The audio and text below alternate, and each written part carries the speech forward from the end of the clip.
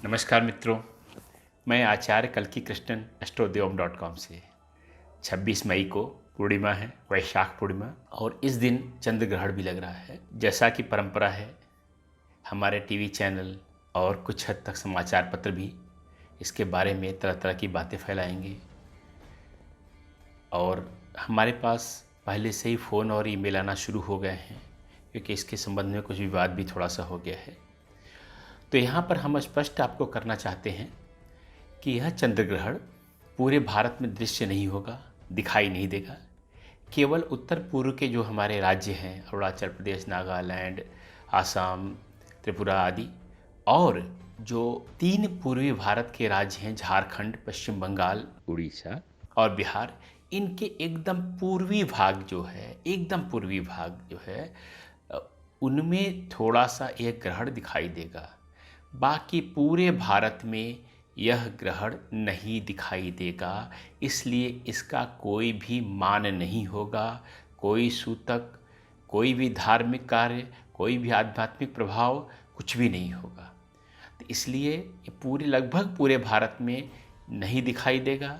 और शास्त्रों की मर्यादा है कि ग्रहण यदि आपके क्षेत्र में नहीं दिखाई दे रहा है तो उसका कोई भी मान नहीं होगा।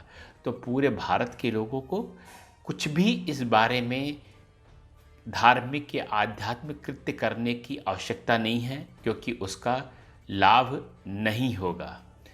केवल उत्तर पूर्व के राज्यों और बिहार, बंगाल और झारखंड के ठीक पूरब के बहुत थोड़े अंश के जो शहर हैं, वहाँ पर एक ग्रहण दिखाई देगा।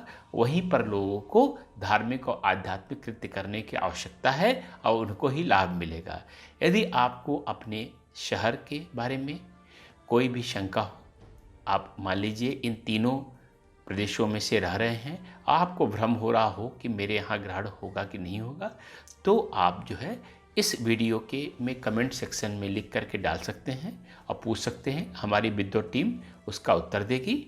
और नहीं तो आप सीधे astrodevam हमारी .com वेबसाइट वहाँ पर जा कर के भी अपना प्रश्न हमें भेज सकते हैं, यथोचित उसका उत्तर दिया जाएगा।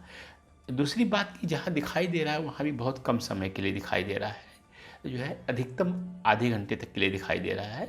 तो जो भी प्रभाव है उनको ही होगा।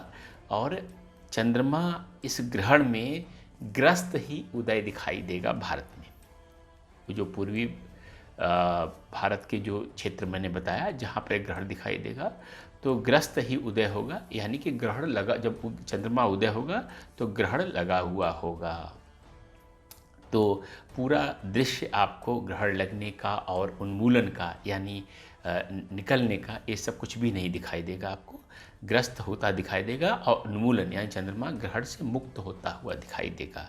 तो अगर आपको कोई भ्रम है ग्रहण के बारे में, पहले भी हम लोगों ने बड़े शिक्षावर्धक, ज्ञानवर्धक ग्रहण के बारे में, उसके वैज्ञानिक पक्ष, आध्यात्मिक पक्ष और धार्मिक पक्ष के बारे में डाला हुआ है, तो आप उनको भी पहले हमारे वीडियोज़ को देख सकते हैं।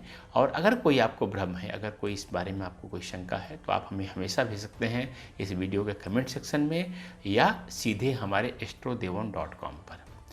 और अगर आप उस ऐसे क्षेत्र में आते जहाँ पर ग्रहण पड़ता है, तो वहाँ पर दान, सबसे पहला जप यानी मंत्रों का जप या भगवान के नाम का जप, और दूसरा धार्मिक कृत्य, यज्ञ, हवन आदि जो है किए जाते हैं। इनका ग्रहण काल में करने पर बहुत ही ज़्यादा लाभ होता है। तो आप सबको astrodevam.com की तरफ से शुभकामनाएं। और चैनल को अगर आपने सब्सक्राइब नहीं किया है तो इसको कर दीजिए, यही मेरा स्पष्टीकरण है। और टीवी पर, अखबारों पर जो भी इस बारे में वितंडावाद फैलाया जाएगा, उससे थोड़ा सावधान रहिए और उसके चक्कर में न पड़ें तो अच्छा है। नमस्कार, मैं आचार्य कल्की कृष्णन astrodevam.com से।